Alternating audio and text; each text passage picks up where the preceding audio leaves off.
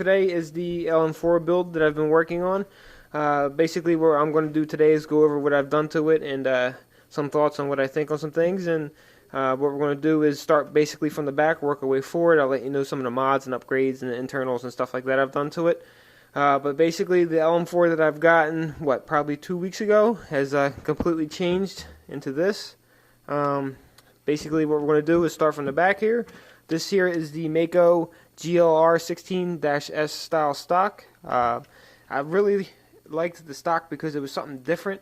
What I did was I tried to stay away from Magpul on this build here, so I went with the Mako stock, and I liked the way that it was ridged here to flow with the rest of the rifle. I think it was nice how that turned out. Now I like the stock too because the back of the stock here has these two buttons here you push down where the stock folds down, and you can keep 2 batteries in here for your light or whatnot, which I have in there as well.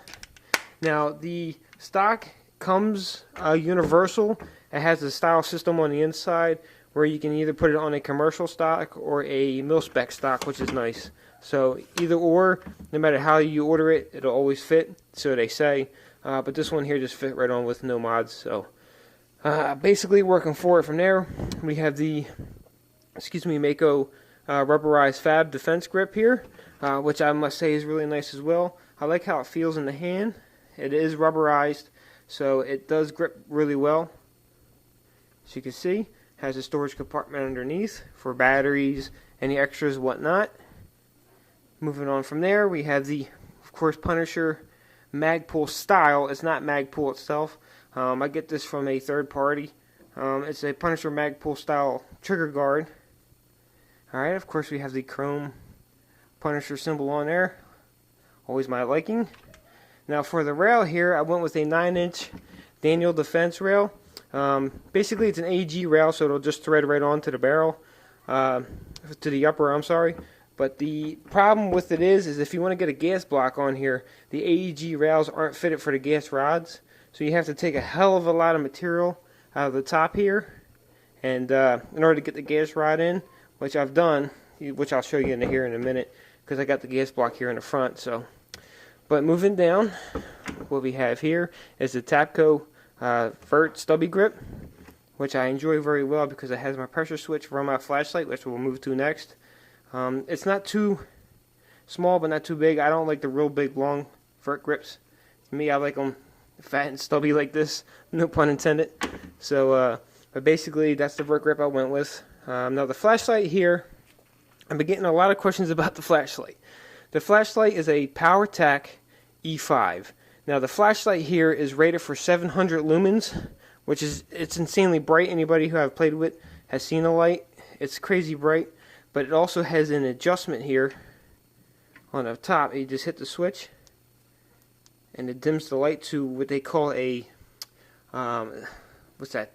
It's like a real low dim, like reading light style, and then you can step your way up forward and then strobe. Now it memorizes whatever setting it's in. So for instance, if you have it on strobe, you take your finger off. Once you hit the pressure tape again, it goes back to strobe. Just so you guys know.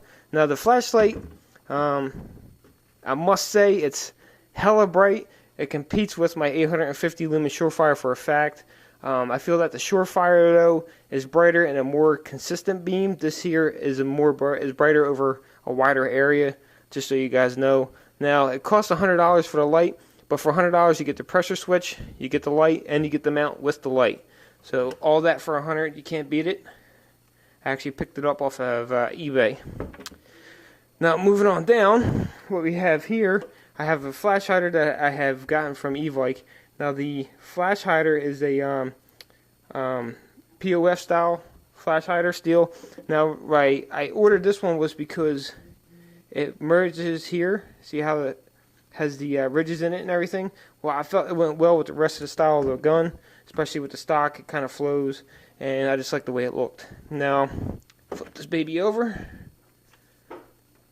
On the opposite side here, I have the PTS gas pedal, which is nice. You can either hold your rifle like this with the vert grip, or you can flop your hand over like this and kind of rest your thumb on top of the gas pedal there. So it's just something different. I went with a different style. Now on the rails itself, I have the low profile ladder rail covers, all in black. I didn't want to go with any different colors. I decided to stay in black all on the rails. Moving our way back, we have the QD M4 M16 half style rear sight I decided to go with, and the QD M16 M4 style front sight here I decided to go with. Now when it came in, it sat really high, so I kind of cut the sight down, and I left the chrome and silver here because when I look down the sights, it's easier for me to dial it in. And this sight is actually dead on, which I'm really happy with. So, but basically, that's basically the externals for now. I plan on doing a couple more things to it. Going to try out some, I got the charging latches on its way. Now, how I did, however, decide to go with a PEC box on here, but when I got it in, I didn't like the style. Now, with this rifle here, I didn't want to clutter it up with everything.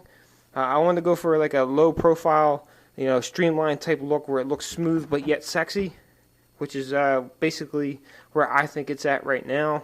I didn't want to make it look like that E-Vikes catalog just threw up all over the rifle. I didn't need magnifiers and sights and QDs and flip-flops. I didn't need all that on here. I just wanted it low stream, looking real nice and sleek. So basically, I did order this though, and when I went to put it on there, I just didn't like the way it looked at all. It's not me. I think personally it threw off the look of the gun. So somebody already purchased this, so that's on its way out.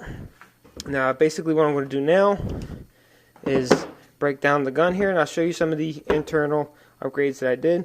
Oh, and before I do that, I took the bolt carrier and polished it to a nice shiny finish. So, but let me break down this gun here and show you some of the internal upgrades. Alright, now for internals, there's not too much stuff you could do for the internal upgrades on the LM4. But basically what I'm going to start off with here is the lower. And as before, if you watched my overview of it, the trigger wasn't steel. Some of the internals here weren't steel. But basically I got a magnet here, and I installed a steel trigger. Alright, I installed a steel trigger, a steel mag release, I'm sorry. I also installed the steel, well you can't see right here, but steel selector switch.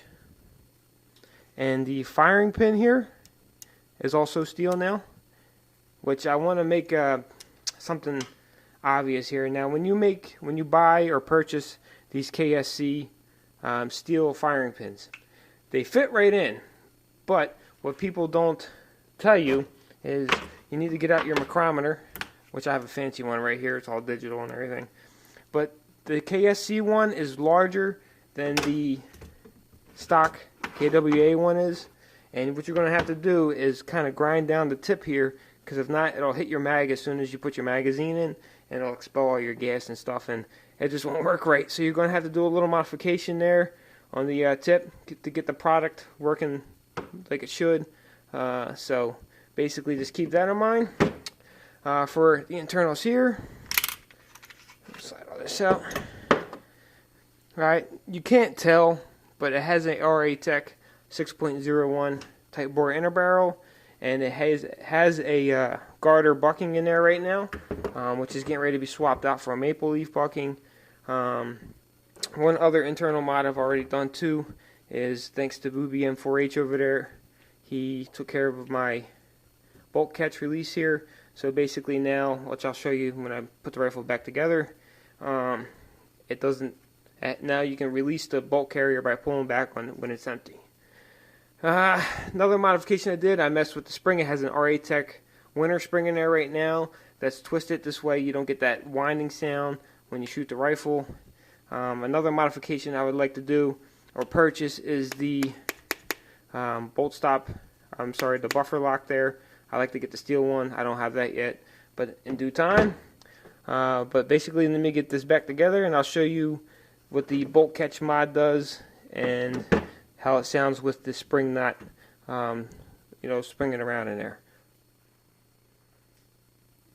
Alright, now if you remember correctly, with the bolt catch, when the magazine would be empty, like so, and your bolt would lock back, okay, like it should, you were not able to send the bolt home when you took the magazine out by pulling back on a charging handle like the real steel counterpart should. Basically, you would have to hit the bolt catch in order to send the bolt home. But with this steel bolt catch that Booby does, you're able to pull back your charging handle and just let it go home.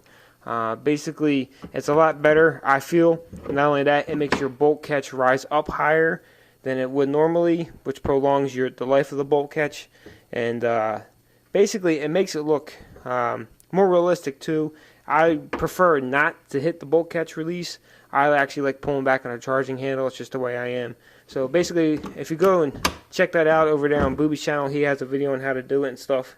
And he knows all about it. So, but basically that's been done, and I have twisted the spring out, so it does not do that twangy sound no more.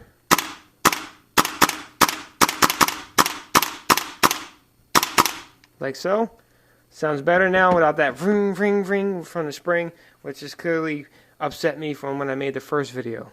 But basically, this is it. This here is my KWA LM4. She's pretty much finished. Like I said, I just want to do a couple little odds and ends here to tighten her up and see how she goes from there. But let me know what you think. You know, like I said, I'm going for a streamlined look. I'm not going for anything exotic. I'm not going for 500 pounds worth of extras on the rifle. I play primarily indoors. I like the way it shoots. I like the way it feels. And I definitely like the way it's coming out and the way it looks. So basically, guys, give me your thoughts.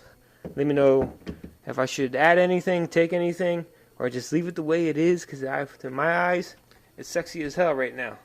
So, but basically, let me know.